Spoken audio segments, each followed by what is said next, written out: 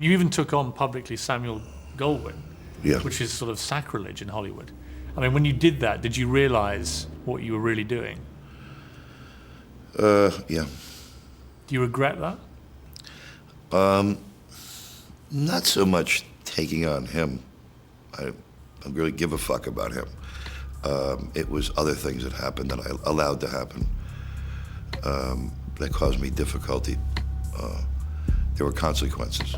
I mean, Mickey, everyone loved him. He was the bad boy, he was outspoken, but then he picked a fight with Hollywood royalty in the form of Sam Goldwyn Jr., and that was it. He was out. You can't do that. There is an unwritten rule in film that you're all in it together. It's pretty hard to make a film, even a bad one. And actors are the ones who end up on the chat shows and doing the interviews. So they're in a very cocky position.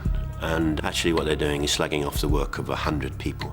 If you've made someone a star, if you've made someone rich and famous and comfortable, if you've given them a career and they turn around 5 minutes later and start abusing you, they don't like it. Why would you? The general rule is if you don't like the movie, then you just shut up. And unfortunately, Mickey didn't. The press had smelt blood and were now baying for more. So the industry, who had clearly also had enough of the bad boy protege, removed any protection they'd afforded him and let him have it. Open season was declared on Mickey Rourke's reputation.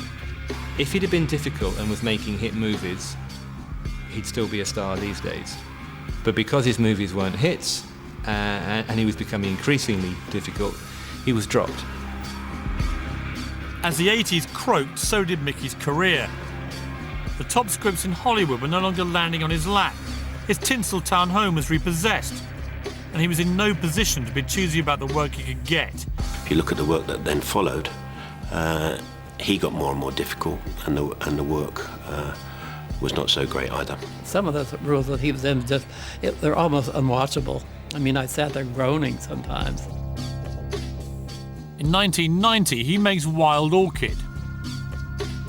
With his first marriage over, Mickey makes ex-model co-star Carrie Otis his second wife. An occasion of a tabloid celebration, not with Mickey in the picture. Their tempestuous relationship would drag Rourke's name even further into the mud. There was drugs and guns going off and fights. They were always doing something scandalous, and every week they were tabloid fodder. You did, through this period, get married to Carrie. Yeah. Who was possibly the love of your life? Yeah. Do you still feel that way? Yeah. What happened there? I met somebody who was as damaged as me, and all hell broke loose. And she was wild and crazy, and Two damaged, yeah, fiery people colliding. yeah. Did it ever stand a chance, really, do you think? Not at that time. Now I look back at it, I wouldn't be here talking to you right now today if she probably didn't leave.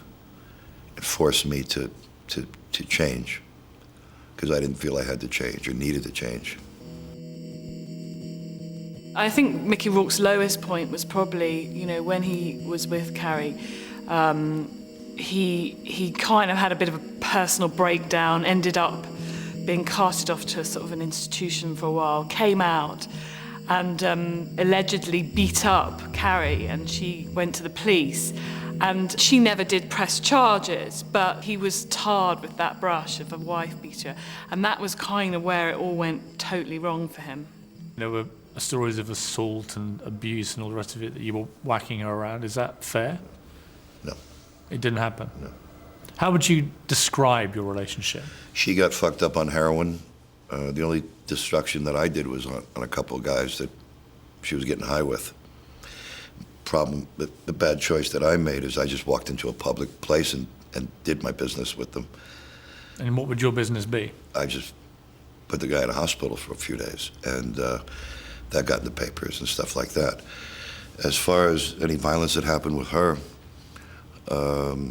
she can't even remember it because she was so whacked out. So. Do you remember it? No, I don't remember it because I wasn't involved in it, because these were people that were supplying her with stuff, and they ended up doing the business, and I took the fall. I mean, very hurtful to you to even now have to be asked about that kind of thing. Not really, because it's never been resolved. She can't remember it. She was in such a funk. I mean, I think she knows because she told me the name of the people that did it. And do you still see her? No. I have nothing against her. I still care about her. And, you know, if she needed my help, I'd be there for her, you know. But I think she's doing fine. Have you been in love since? In love? No. Do you think you will? I don't know. She was a hell of a woman and a lot to match up to, you know, so something had to fall out of the fucking sky. Do you think you'll ever be able to move on, probably? From her? Probably not.